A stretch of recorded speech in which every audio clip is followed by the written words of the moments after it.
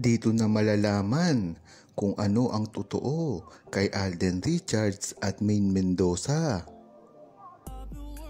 Talaga naman kung isang matalino kang true-blooded Aldab Nation ay alam mo na kung ano talaga ang totoong namamagitan sa totoong relasyon ni Maine Mendoza at Alden Richards. Isa na dito ang pagpupundar ni Alden Richards para lang sa kanyang pamilya. At talagang kung true-blooded Aldab Nation ka ay alam mo ito dahil sa simula pa lamang ay alam natin na ang pinagpupundaran na ni Alden Richards ay para sa kanyang pamilya.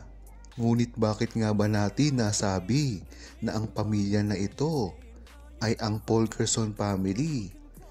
Dahil kailanman ay hindi nanligaw si Alden Richards ng babae bukod kay Maine Mendoza.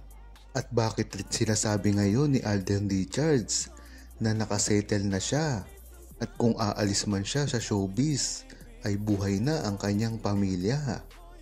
At pagdating naman kay Maine Mendoza ay alam natin na mas gusto niya ang tahimik na pamilya lamang. At hanggang hindi pa umaalis si Maine Mendoza sa mata ng publiko at sa Itbulaga, malamang ay hindi pa rin makasettle si Maine Mendoza.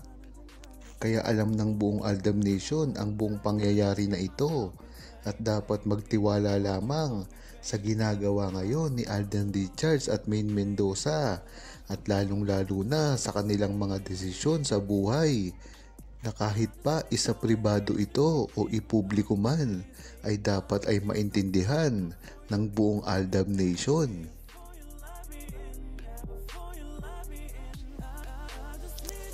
Huwag kalimutang mag-subscribe, comment at i-like ang video na ito. Thanks for watching!